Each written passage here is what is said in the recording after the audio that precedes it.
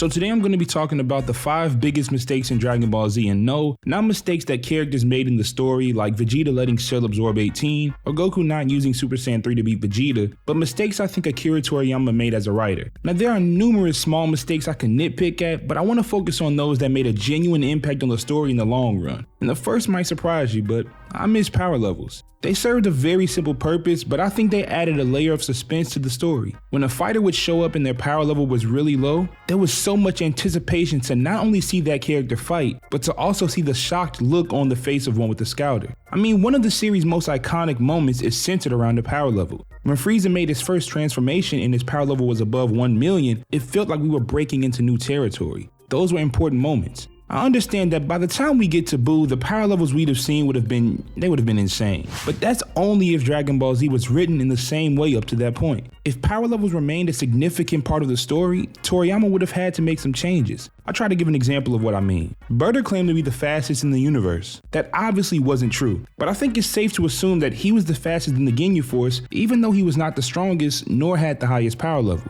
In the immediate aftermath of Cell absorbing 17, it wasn't 16 who kept Cell occupied. Piccolo was a non-factor, but Tien is the one who held Cell back while Android 18 escaped. Tien had the lowest power level of anyone on that battlefield by far, but when you have an attack like the Tri-Beam, the power level isn't everything. When power levels were a part of Dragon Ball Z, I think Akira Toriyama found creative ways for weaker characters to remain important because they had more special techniques and abilities instead of just raw power. A lot of other series don't use numbers to indicate how strong a character is, but those other series also have much more complex and intricate power systems. With the series based around who punches and kicks the hardest, I think it's fair to want a better way to keep track of things. Okay, so the next mistake is not using tails. Akira Toriyama didn't forget that tails existed, but in all these years he has not given a good reason as to why he stopped using them. I think Super Saiyan 4 is one of the 3 best transformations in the Dragon Ball franchise, and I would have liked to see Akira Toriyama write more stories that involve tails. The Saiyan arc was really good on that front, but once we saw the first Super Saiyan,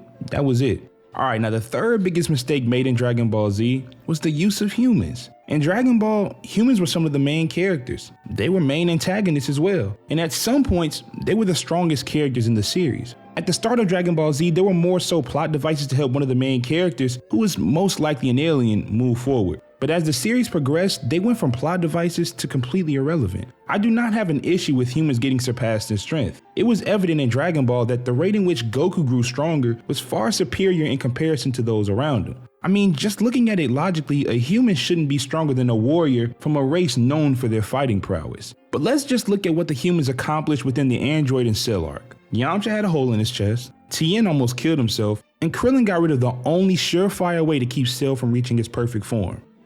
Alright, I won't lie, Krillin was pretty significant, but the other two? Nah. Things would have played out just the same if they weren't there. And in the Buu arc, that is literally the Saiyans and Piccolo only. Yamcha, Tien, Krillin, Roshi, Bulma, none of them did anything. Strength doesn't have to equal relevance. For my One Piece fans, think about how useful he is in this form. For my Naruto fans, Iruka is gonna be important forever, but who can he beat in a fight? Who can this thing beat in a fight? If you've seen Hunter x Hunter, then I shouldn't even have to explain her impact. I say all of this to emphasize my initial statement. The humans were used terribly in Dragon Ball Z, and their lack of strength is not a good reason for it. The second biggest mistake in Dragon Ball Z is the decision to bring Cell back from his self-destruction. Goku's goal ever since he went into the hyperbolic time chamber in the Cell arc was to make Gohan the Earth's protector. Gohan's potential had been a topic of conversation with multiple characters since the beginning of Dragon Ball Z, but the Cell arc was the first time that his potential could have made him the strongest character in the series. When Goku sacrificed himself, to me, that was the official passing of the baton. Gohan made his mistake by being cocky, but losing his father was the ultimate lesson.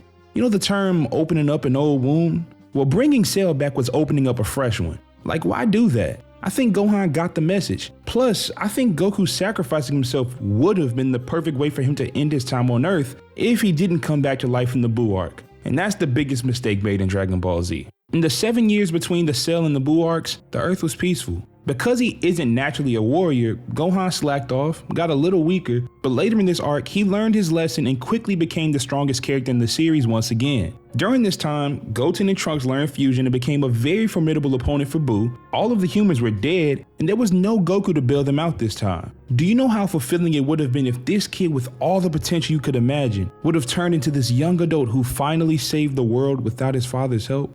But no. Instead, Toriyama decided to trivialize Ultimate Gohan, trivialize Gotenks, invalidate Goku and Vegeta's last fight, and ruin what could have been a fantastic ending to the greatest anime of all time. If that isn't the biggest mistake this series has made, I don't know what is. If you enjoyed this video, please click that like button and let me know what you think is the biggest mistake in Dragon Ball Z. If this is your first time on the channel, subscribe so you know when I upload more videos like this. But until then, this is BigTune and thanks for watching. Y'all have a good one.